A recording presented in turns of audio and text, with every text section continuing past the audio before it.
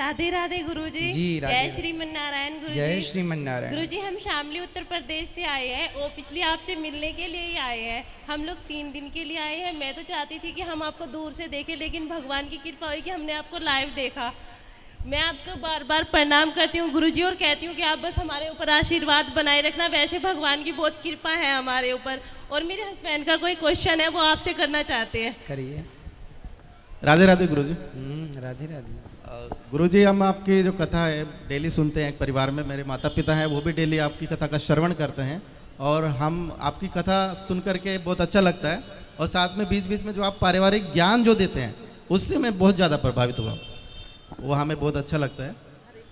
और गुरुजी, मेरा एक प्रश्न है, हालांकि मैंने बहुत 2-3 विद्वानों से भी किया था, उन्होंने अपने अपने तर्क इस पे दिए हैं, बस आपके श्रीमुख से मैं सुनना चाहता हूँ।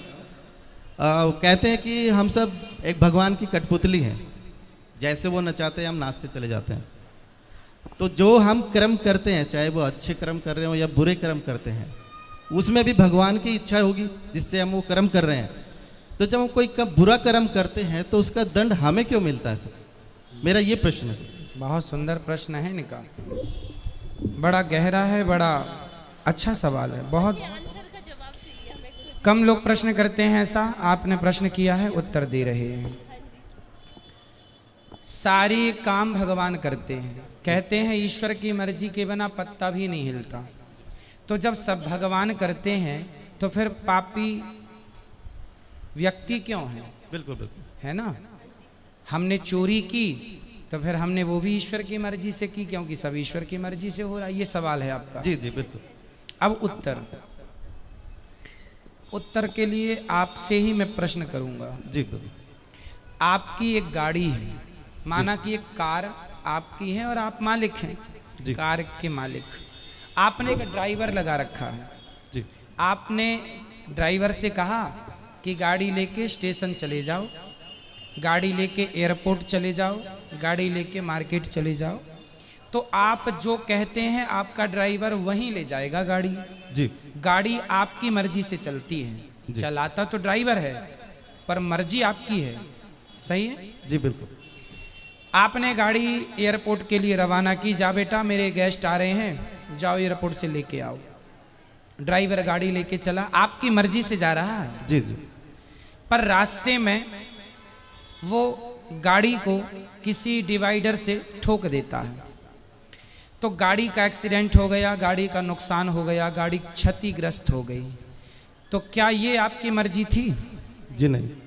आपकी मर्जी थी कि गाड़ी एयरपोर्ट जाए, पर गाड़ी का एक्सीडेंट हो गया, गाड़ी गड्ढे में गिर गई। ये आपकी मर्जी नहीं थी, ये मर्जी नहीं थी, ये गलती थी। किसकी? आपकी नहीं, ड्राइवर की। हाँ या ना? जी। ड्राइवर के पास दोनों थे, एक्सीलेटर भी था और ब्रेक भी था। क्यों नहीं हिसाब से गाड़ी चलाया? क्यों डिवाइडर पर ठोक दिया? आपकी गाड़ी आपकी मर्जी से चलती है, पर जब उसका नुकसान होता है तो वो आपकी मर्जी नहीं होती है ना, वो लापरवाही होती है। उसी प्रकार ये संसार भगवान की ओर से चल रहा है, मालिक भगवान है, हम लोग केवल ड्राइवर हैं। हमारे पास ईश्वर ने विवेक दे रखा है।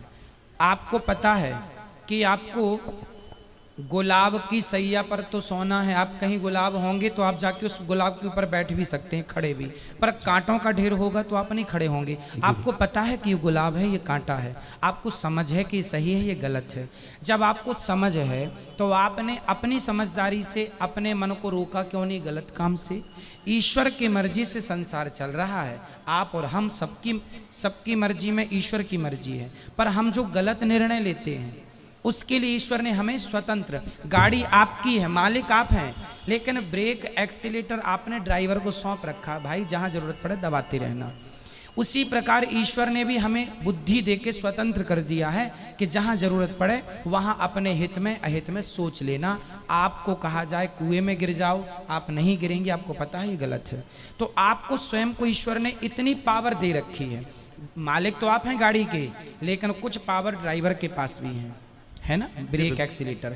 उसी प्रकार संसार ईश्वर का है, संसार ईश्वर की मर्जी से चलता है, पर जब आप गलत करते हैं तो वो ईश्वर की मर्जी नहीं होती, वो आपके मन की गलती होती है। आपने अपने मन को नियंत्रित क्यों नहीं किया? ड्राइवर ने गाड़ी को क्यों नहीं नियंत्रित किया? अब नुकसान हुआ है तो वो ड्राइवर को भी चोट लगेगी, मालिक को चोट नहीं लगेगी।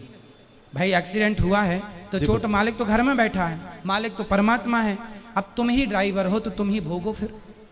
तो अपने अपने किए का दंड, ईश्वर की मर्जी से संसार चलता है, पर उन्होंने हमें सही गलत की सोच दे रखी है। सही गलत क्या है वो पहचान दे रखी है। अब आप गलत करें तो इसमें दोषी ईश्वर कैसे हो सकता है? जी गुरुजी, लेकिन मेरा एक थोड़ा सा डाउट है गुरुजी। जी हमने रामायण सीरियल देखा है टीवी में, ठीक है। उसमें ये दिखाया गया था कि जब राम जी लंका को जीत लेते हैं और माता सीता जी जब अग्नि परीक्षा देती हैं, उसके बाद में राजा दशरथ जी आसमान में प्रकट होते हैं। बिल्कुल। और वो राम जी को बोलते हैं कि मुझे तुम पर बहुत गर्व है, मैं तुमसे बहुत खुश हूँ।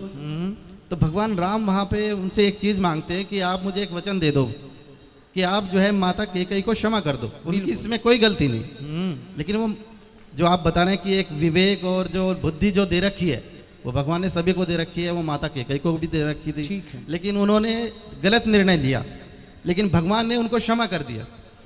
तो मैं ये कहना चाह रहा हूँ कि जब भगवान उनको क्षमा कर सकते हैं तो हम लोगों को क्यों नहीं क्षमा कर? हाँ करते हैं, आपको भी करते हैं, हमें भी करते हैं।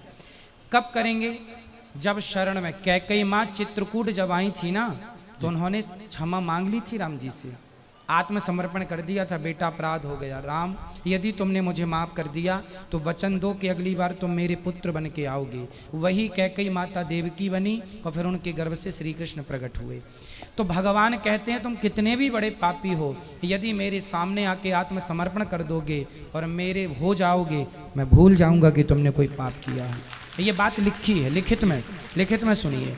सन्मुख हो ही जीव मोहि जबहि जन, सन्मुख हो ही मतलब जब मेरे सन्मुख आ जाएगा, समर्पण कर देगा, तो जन्म कोटि करोड़ों जन्मों के पाप मैं भूल जाऊंगा। ये लिखा है जी। जी। एक छोटा सा क्वेश्चन जी, एक जी। और। हमने सुना है कि धर्म बहन होती है, लोगों से कहते सुना है कि ये हमारी धर्म बहन है। ठीक है। ये भी सुना है कि ये हमारी धर्म पत्नी है, लेकिन हमने ये कभी नहीं सुना कि ये हमारे धर्म पति है। ऐसा क्यों सर? हाँ, पत्नी भी एक ही होती है ना। अब दूसरी पड़ोसन को तो आप कह नहीं सकते कि मेरी धर्म पत्नी है जी। अपनी कोई ना, आप पत्नी कह सकती है मेरा पति है, परमेश्वर है। वहाँ धर्म तो लगा ही है, जुड़ा ही है, कहने की जरूरत नहीं है, है ना। इसलिए पत्नी धर्म पत्नी है, धर्म की माँ बन जाती है, धर्म की बहन बन जाती है। जो बन जाती हैं वो बन जाते हैं। अब सबको आप कैसे अपना बना सकते हैं? बना सकते हैं, पर सबको धर्म पति कैसे बनेगा? कोई पति व्रता नारी है ना, एक पति के सिवा, एक पुरुष के सिवा पराये इस पुरुष पर नजर जाएगी तो समाज उसे कुलटा कहेगा, चरित्रहीन कहेगा। शूर्पणखा गई थी तो उसकी नाक कान भंग हो गई। केवल ये धर्म नारी का नहीं है, पुरुष का भी है।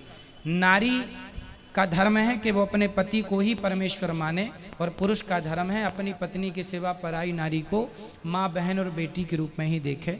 यहाँ वहाँ देखने की जरूरत नहीं है। ठीक है।